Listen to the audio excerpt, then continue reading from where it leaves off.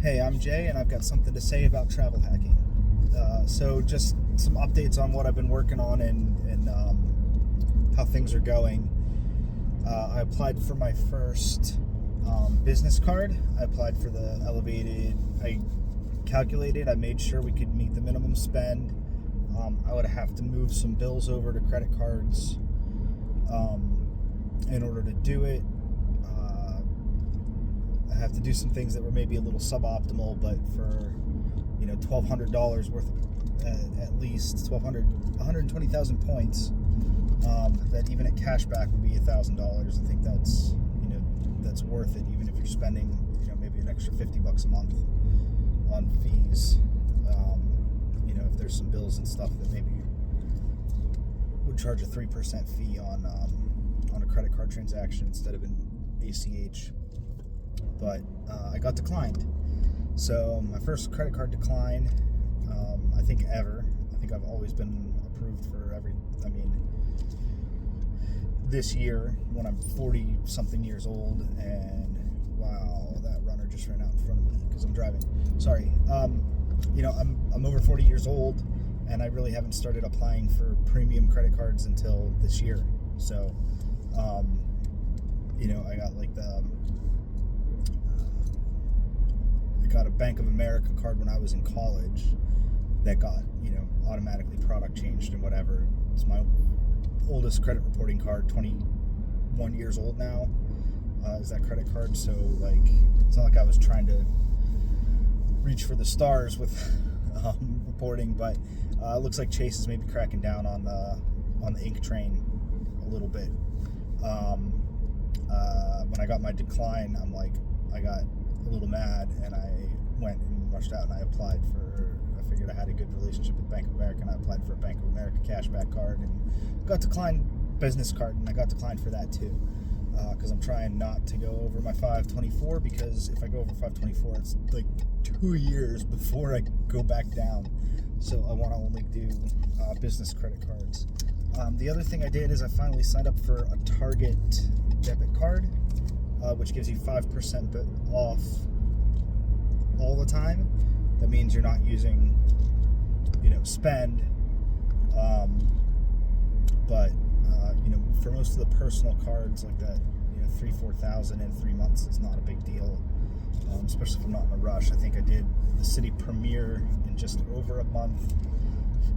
I did the Sapphire Preferred in just in time for the statement credit for 2 months, but then I got the extended. I did the in bank bonus, where if you spend another amount, you got another 15,000 points. So I did the 4,000 and then the 2,000 pretty much back to back, different statement credits, but did that in 3 months instead of 6 months. So the spend's not a big deal. The 2-person household in the area that we live in, the spend's not a big deal. The Chase Ink Business Preferred was an $8,000 spend in 3 months, which is tight. That is the extent of our budget. So I had to run some numbers, make sure that we could actually hit that organically, and I think it was doable.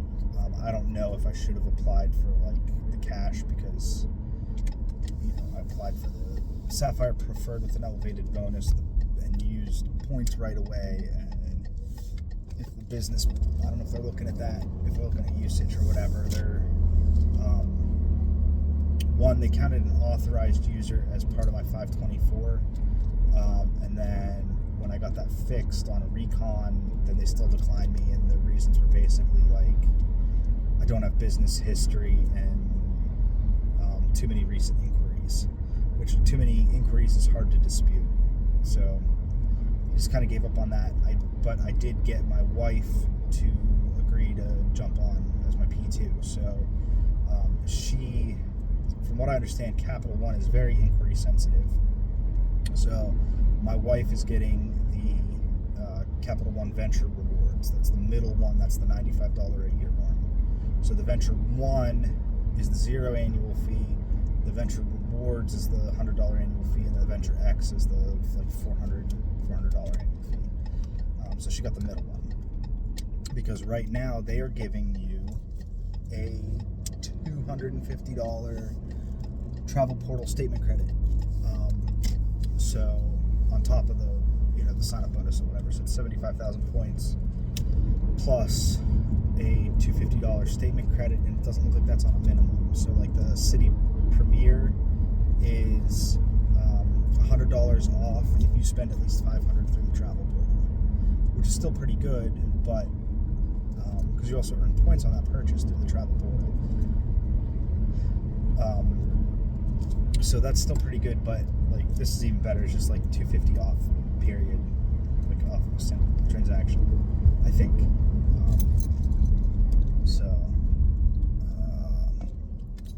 So I got my wife to sign up for that because she's low. I think she's got a Chase card and maybe a Macy's card. So she's like a 2 or 3. And I got my wife to agree to be P2 and jump on board because she sees the value. We just finished our beach vacation. So a $900 hotel for city thank you points. And we just had like 3 unexpected, like basically wedding trips.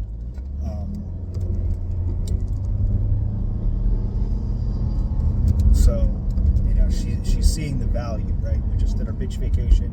We just booked a 2-night stay for a wedding in North Carolina for $30 because I was a little short. So she's seeing the value of that, and I got my P2 on board. She's going to make me handle, making sure that it gets paid off in time and everything like that, which is easy with automatic payments. So,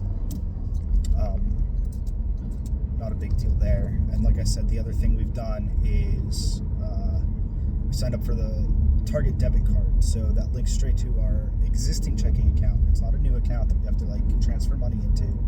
It's just a way for them to track your spend. So it's a debit card. I don't know if it only works at Target, probably, but it gets you 5% off at all your Target purchases. So just like the Amazon card is worth it, even if you don't get a sign-up bonus. It's but this doesn't take a 524 slot because it's not a credit card; it's a debit card. So it just means that our Target purchases are debit, and we're not earning points on them, but we're getting 5% off, which is better than 1% points. We can still use, as far as I know, it still works with the cashback portals. So I can still get the 1 or 2% from like Retail Me Not or Top Cashback, or 1% from Rakuten. So that's what we're doing, and I'm trying bank accounts. So I'm doing a straight up. I can only split my direct deposit between 2 banks. So I'm putting some minimum direct deposit from my employer into Wells Fargo, and I'm trying to use Wells Fargo transfer with payroll as the memo for Truist, because it looks like Truist accepts bank transfers. So I don't know if Truist is going to work or not. I'm not going to get those until maybe 120 days. So it might be the end of the year before I get those. Truist was a big, like $400 bonus for like $1,000 of direct deposit plus like 15 or 18 debit card transactions in 90 days. But then it sounds like they can hold your money for another 30 days, so we'll see how that works out. Started checking Doctor of Credit every couple days for deals. So like I missed out on a $60 cashback on Blue Apron. I did do a $45 back on Blue Apron, and we got our first box, and it was pretty good. It was okay. The next couple weeks, it was real hard to find meals that weren't super rice heavy or potato heavy. So the way they do that is they give you like 60% off your first 2 boxes, and then 40% off your next box, and then like 20% off your last like 3 boxes or something like that. it. So I want to cancel it after the second box. And then I did Marley Spoon. I got $25 cash back on Marley Spoon, which again was like $60 off your first box, and then like 20% off, 40% off your next 5 boxes or something like that. So canceled that one after the first box. We got it. We haven't eaten it yet. They had steak salads, and they gave us a single small head of romaine lettuce. Like, I don't think that's gonna be. I think that's gonna be a full meal by itself. So Marley Spoon came with a bunch of ads for products, like, you know, like cook kit. So like a full kitchen, starting out like if you've never cooked anything in your life, baking sheets, knives, cutting boards, like that stuff. So like I think they're trying to sell. Martha Stewart bought Marley Spoon, so I think they're trying to sell like Martha Stewart products through that somehow. I think they're trying to claim their synergy there. Happy with the Blue Apron. Claims that you can return your insulating bag and your ice packs whenever they drop off the next shipment. They'll pick up the old one. So they're, you know, full on recycling. Marley Spoon came with an ice pack that's basically the what is it, sodium acetate that's in diapers and feminine products that's super absorbent because it melts slower. So like it's basically trash. It's basically 4 pounds of liquid trash that, like, I mean, you could let it dry out in the sun, and then it's 1 pound of liquid, and then it's 1 pound of solid trash instead of 4 pounds of liquid trash. But it's not, and it's kind of environmentally inert. You know, other than being like microparticles. But not a fan of that. Like, I wish they'd use salt water or something that's returnable, or dry ice. But like something where you have to throw away the ice packs is pretty not environmentally friendly. So that's not a fan of Marley Spoon.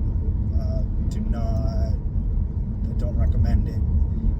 Again, unless you're getting like a really good deal through like Rakuten, Retail Me Not, Talk Cashback, Ibotta, you know, whatever, Swag Bucks, whatever you're using there.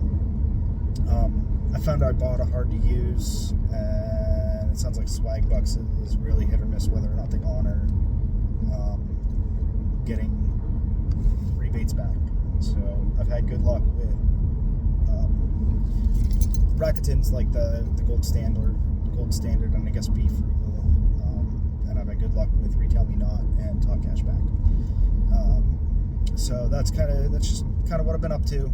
I'm looking into bank accounts because credit cards are branching out from credit cards, and they're drying up a little bit, and you know, trying to find some other things like checking account bonuses. I don't have enough free cash floating around for the savings account bonuses, which is a shame. So that's where I'm at.